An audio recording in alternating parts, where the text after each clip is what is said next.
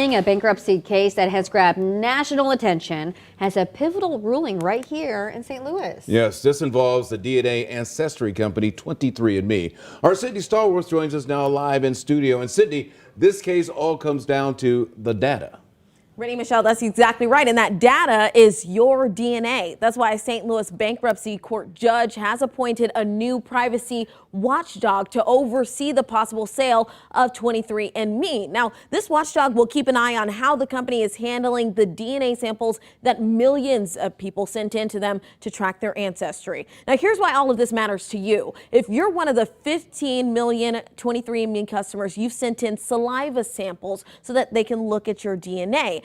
The company now owns those samples and your DNA information. State attorneys general and lawmakers have warned that if 23andMe sells its company, your data could be sold to a buyer who could use that information for other reasons. Here's the information there on your screen. Now, if you're wondering, HIPAA doesn't protect your information in this case because 23andMe is not a healthcare provider. 23andMe did file for bankruptcy last month and it's actively looking for a buyer right now. The company has said it won't sell to a business that puts its customers' data in danger and has pushed to appoint its own customer data representative to make sure that the DNA data doesn't violate its privacy policies in the sale. But more than 25 states have spoken up against all of this, saying that they really just don't trust this.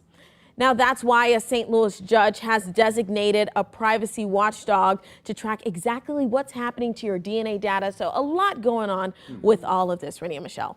Oh man, you know, and I've always wanted to do 23andMe, and then I just got lazy, so I never did it. But you know, all of this comes after there was a data breach a couple years ago. 23andMe, I know, was told to pay up, right? Do we have any updates on that situation? Yeah, that's also something that's kind of hanging in the balance. Like they were told to pay up $30 million to at least 6 million customers who were affected by that big data breach in 2023. Now they're saying, because they filed for bankruptcy, that they're not sure if they're going to be able to pay up. So that's something else that's being discussed in court, right? So undoubtedly, there's folks watching right now who probably did the 23andMe and are probably concerned about their data. Is there anything they can do to protect themselves from these highest bidders? Yeah, there's something you can do right now at home, which is go to your account on 23andMe online and delete your account, delete their access to your data. I'm going to explain how you can do that in our next half hour. I'll walk you through it. And we're also going to hear from a legal expert who's weighing in on all of this and just how easily your data can be sold from company to company. It's pretty staggering, guys. Oh my gosh. Well, and you know what? I feel like so many people feel helpless in this situation, but you're going to help us out. Yeah, for sure. All right. Thanks, Sydney. Thank you, Sydney.